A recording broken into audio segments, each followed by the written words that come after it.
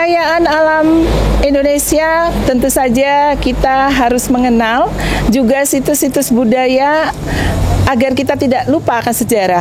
Dan sebagai orang Kalimantan tentulah kita harusnya mengetahui hal-hal yang ada di Kalimantan, situs-situs yang bersejarah dan tempat-tempat yang penting bagi Kalimantan dan situs budaya Indonesia.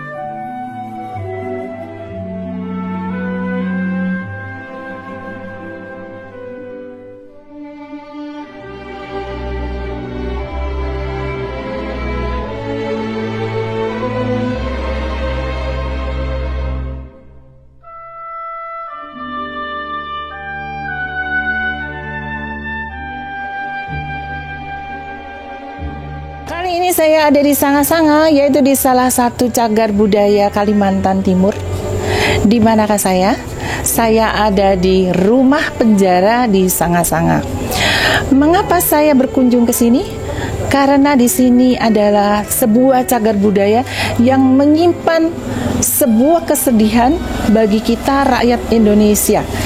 Nah, di mana rumah penjara ini adalah tempat dipenjarakannya pejuang-pejuang kita, pejuang kemerdekaan, yaitu di tahun 1947 yang membebaskan tanah Sanga-Sanga ini dari penjajahan Belanda. Nah, saya akan sedikit cerita tentang backgroundnya tempat ini. Jadi di tahun 1887 Sultan Haji Mas Sulaiman, Sultan Kutai Kartanegara saat itu bekerja sama dengan Hindia Belanda dan menyerahkan konsorsi kepada Belanda untuk menggali ataupun menambang minyak yang ada di Sanga-Sanga. Jadi perlu kalian ketahui bahwa Sanga-Sanga ini sebenarnya sangat kaya akan minyaknya. Kemudian Hindia Belanda selanjutnya menunjuk perusahaan Samuel NCO untuk menambang. Jadi kuasa pertambangan diberikan kepada Samuel NCO. Dan Samuel NCO kemudian menyerahkan kuasa pertambangan kepada perusahaan-perusahaan pertambangan di Hindia Belanda. Yaitu ada, di antaranya adalah NIHEM dan BPM. Nah, NIHEM dan BPM inilah yang membangun beberapa fasilitas-fasilitas yang ada di Sanga-Sanga, tetapi jangan salah, pembangunan itu adalah untuk melancarkan kegiatan mereka menambang tempat kita. Antaranya mereka membangun beberapa fasilitas perumahan untuk para karyawannya, kemudian ada juga tempat-tempat hiburan, dan salah satu yang penting adalah ini adalah penjara. Penjara ini ada 6 pintu.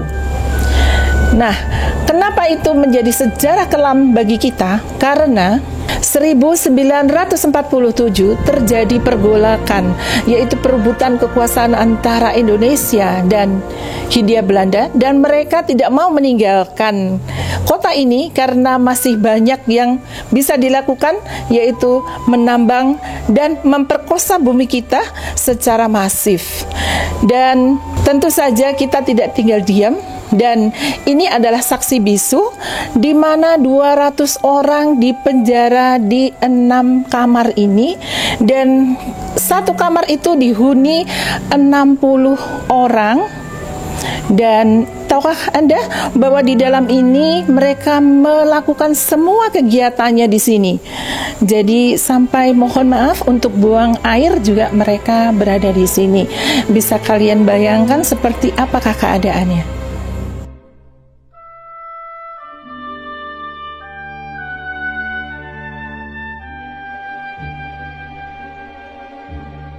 Singgahan kita kali ini, saya sampai di sebuah tempat yang sangat tenang. Disinilah dimakamkan para pahlawan kita yang sudah berjuang di medan pertempuran melawan Belanda, terutama pada saat mempertahankan bumi Etam ini ketika harus dijarah, diperkosa, dan dieksploitasi secara masif oleh Belanda.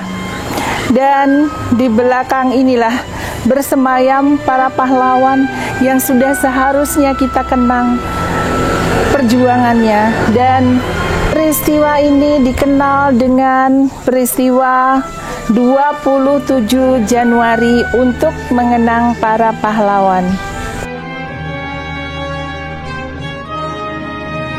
Di belakang saya adalah gambaran yang menceritakan bagaimana peristiwa pada saat itu ketika perang mempertahankan hak dari ulayat Sanga-Sanga.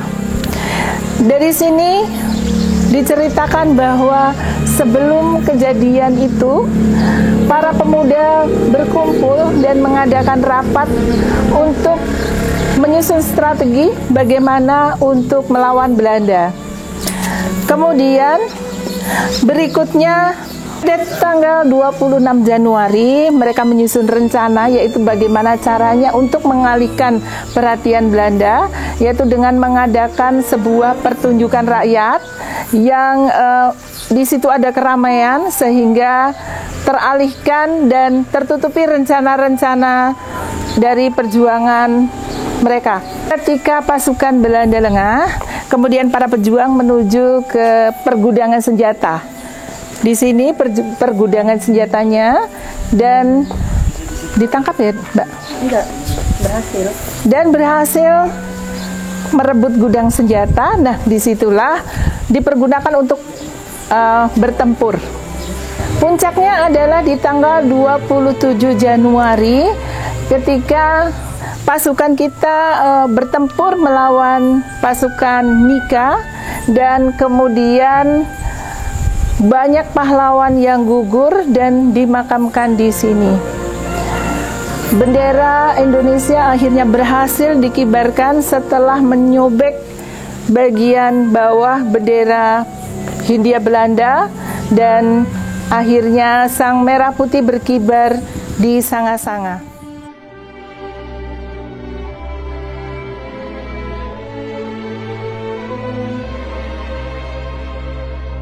Sanga-Sanga adalah salah satu saksi perjuangan pemuda-pemuda Indonesia untuk melawan kekejaman Belanda. Dan kita hanya mempertahankan apa yang menjadi hak kita ketika tanah ulayat dikuasai oleh penjajah. Dan kita dapat apa? Mendapat seperti kutukan bahwa tempat kita menjadi kerusakan alam yang masif juga, dan tertinggalnya bangunan-bangunan yang mangkrak yang masih ada tersisa. Itu adalah kisah sedih dari Sanga-Sanga. Mari sejenak kita berdoa untuk para pahlawan kita yang sudah berjuang mengorbankan jiwa dan raganya untuk tanah air Indonesia, dan terutama untuk mempertahankan harkat dan martabat bangsa dan juga apa yang menjadi hak kita sebagai bangsa yang merdeka. Dan semoga saat ini kita juga bukan sedang dijajah dalam bentuk yang lain.